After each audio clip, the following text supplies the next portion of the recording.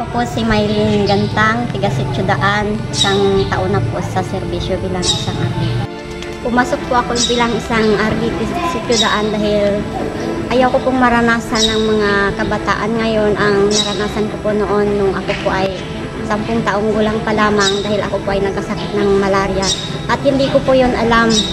Napunta po ako sa ospital, hirap na po ako. Ayun pala ang sakit ko ay malaria. Ngunit ngayon po, sa sitwasyon po namin sa Sitio Daan, hindi na po kailangan pumunta ng ospital dahil pumunta ka lang po sa isang RDT o isang microscopist, malalaman na po na ikaw ay may malaria. Nangyari po na hindi ko makakalimutan bilang isang RDT ng Sitio Daan. Ayun po malalayong lugar na aming pinupuntahan na kailangan po namin umakyat ng bundok para po marating ang mga tao dahil ang Sitio Daan po ay malalayo po talaga ang kanilang bahay, kaya po yun yung pinagtitiisan po namin bilang mga RDT ng Apurawan upang maabot po yung kanilang mga bahay, lalo na po pag mayroong positive, kailangan po talaga na puntahan isa-isa sila sa kanilang bahay upang matapos po yung gamutan ng maayos. Po noon at ngayon ay ibang-iba na po sa aming lugar kasi po noon kailangan mo pang pumunta ng kabilang bundok, maglakad ka po ng 10 oras para po marating ang hospital para po malaman mo na ikaw ay may malaria. Ngunit ngayon po, pumunta ka lang po sa isang microscopist o isang RDT ay malalaman mo na po ang malaria at hindi lang po malalaman, magkakaroon ka din po ng libreng gamutan na bigay po ng KLM. Malaki pong tulong ang programa ng gobyerno sa aming mga katutubo, lalo na po sa isang liblib na lugar na hindi na po kailangan pumunta pa sa hospital upang malaman po ang aming sakit. Salamat po dahil nandyan po sila upang kami po ay gabayan at kami po ay tulungan, lalo na po sa aming mga katutubo na kailangan po talaga namin ng ganong serbisyo dahil kami po ay isang mahirap lang.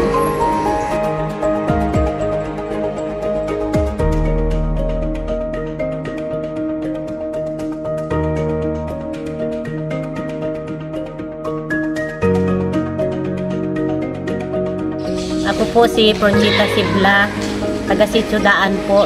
9 na taon na akong nagsiservisyo bilang RDT.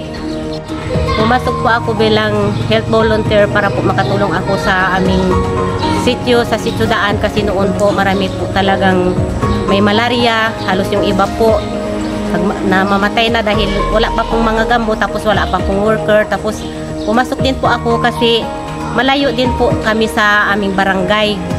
Naglalakad po, minsan tumatawid kami sa ilog kahit baha. Minsan po yung mga pasyente kahit na malala na, hindi pa po nagagamot kasi mahirap po talaga yung lugar namin sa Sitio Daan nung dati pa po. Yung mga pangyayari pong hindi ko makakalimutan sa pagiging isang malaria warrior po, yung una ko pong marami po, sunod-sunod po yung mga positive ko, tapos nahirapan po ako na minsan kumuha ng gamot, tapos yung mga pasyente ko po, tinatawid ko pa sila sa ilog para anuhin po yung gamot, yung ipainom sa kanila para masunod po yung gamutan, para hindi na po magbalik yung malaria. At saka tumatawid po kami nila Ma'am Lucy sa ilog kahit baha po, kahit bagyo, inaakyat po namin sila.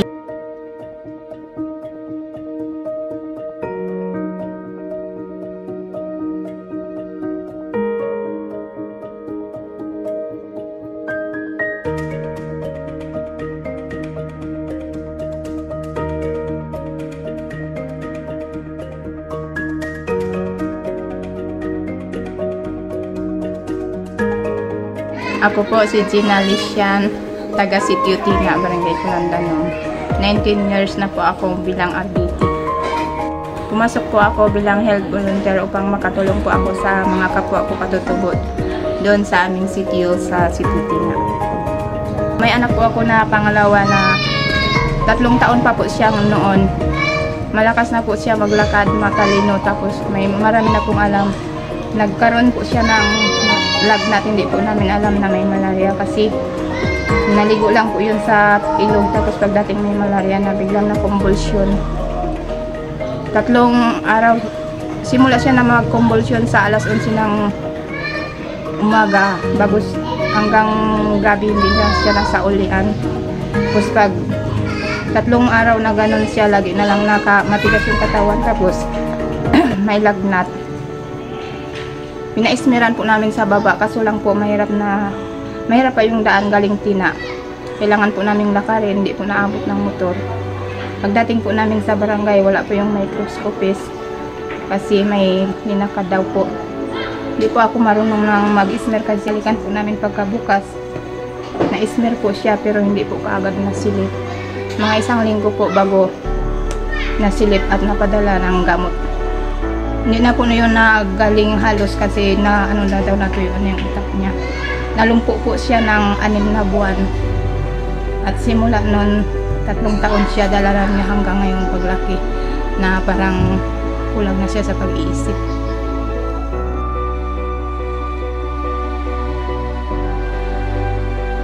Ako po si Gina Medianista, taga Barangay Kulandanom, Aborlan. 21 in service.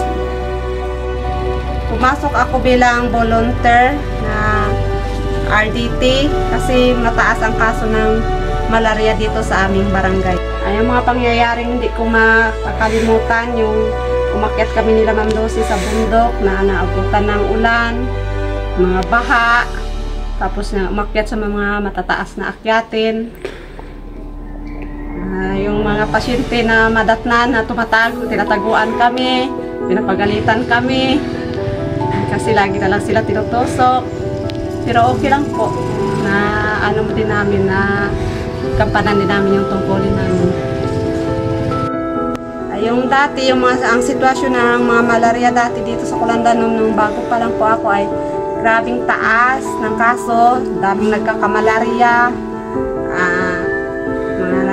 nagkakasakit dahil sa malaria.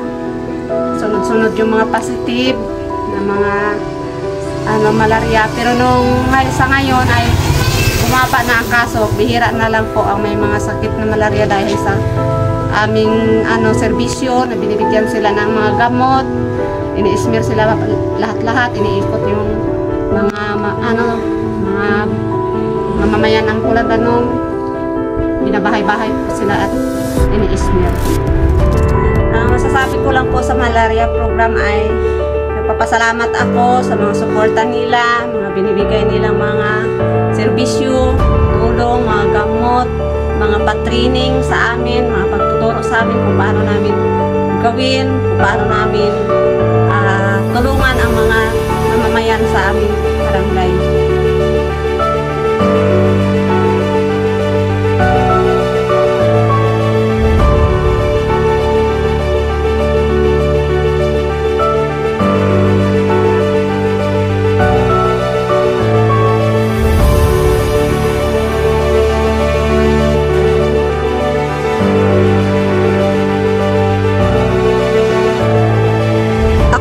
Si Elma Dalongpines ng Barangay Jose Rizal at isang barangay microscopist. Ako po ay 23 years na sa serbisyo bilang isang microscopist. Ako po ay nag-microscopist sa aming barangay sa kadahilan ng marami pong lumalaganap na mga karamdaman katulad po ng malaria. Kaya po kami po ay nag-training sa malaria. At nung natapos na po ang aming pagtitraining, ginampanan na po namin ang aming mga tungkulin sa aming barangay at ito po ay sa pamamagitan ng paglilibot sa aming mga purok. Kahit madaling araw po, nagpapa-smear po sila sa kadahilan ng sila po ay pupunta sa kanilang mga sakahan para masigurado po nila na sila po ay ligtas sa sakit na malaria. Ang naranasan ko po ay kahit po umuulan o bumabagyo, kami po ay sumusugod. Kahit matarik man yan na mga lugar ay pinupuntahan po namin sa kadahilanang upang masiguro namin ang aming mga kababayan ay ligtas sa sakit na malaria. Meron pa pong minsan na kami po ay na baon sa putikan na nakasama po ang sasakyan. Yun po ay hinila po namin kahit po kami ay mga babae lang upang masolusyonan po namin at magampanan namin ang aming mga tungkol.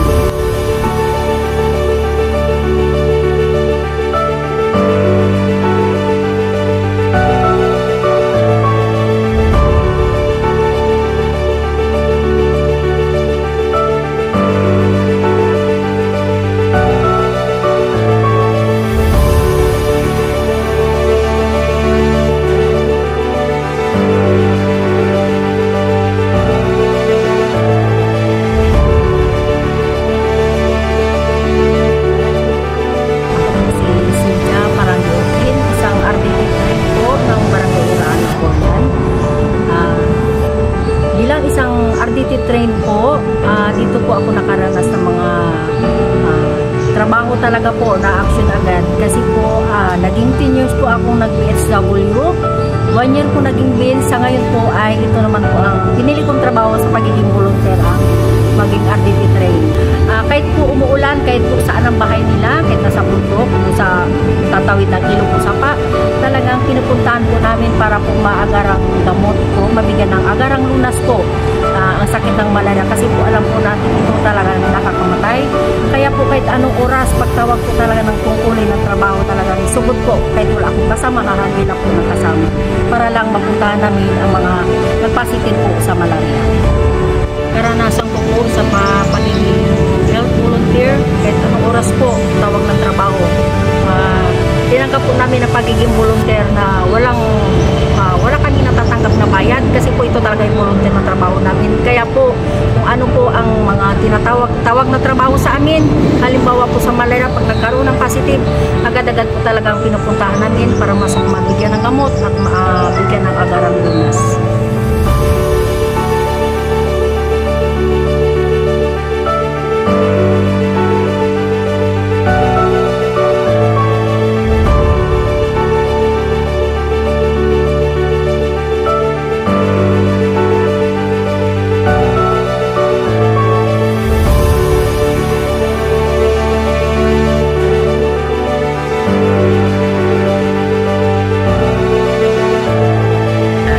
Po, si Mercy Banico ng Barangay Apurawan, Sitio Bubusawin. 32 years na po akong nagsiservisyo bilang BHW. Pumasok po ako bilang volunteer para po matulungan po ang aking mga kabarangay sa Barangay Apurawan at Sitio Bubusawin na napakalayo po ng aming barangay. Matulungan ko po yung aking mga kasamahang mga katutubo, number 1 po mga katutubo at sa amin na pong mga naninirahan dito sa Barangay Apurawan. Masarap pong tumulong sa aking kapwa at pangalawa po, marami po akong natutulungan sa pamamagitan po ng mga ibinibigay na mga pang-serbisyong pang-gobyerno, lalo pa po sa mga gamot, sa mga kulambo at mga iba pa pong mga pangangailangan ng aking mga kababayan sa Barangay Apurawan.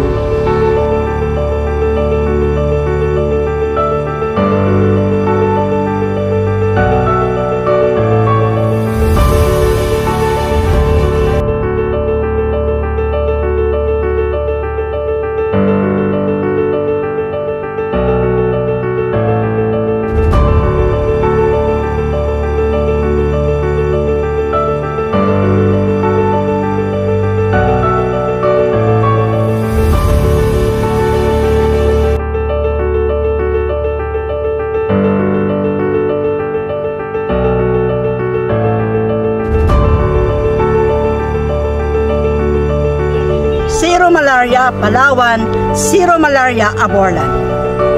Zero Malaria Palawan, Zero Malaria Aborlan. I am proud Malaria Warrior, Zero Malaria Palawan, Zero Malaria Aborlan.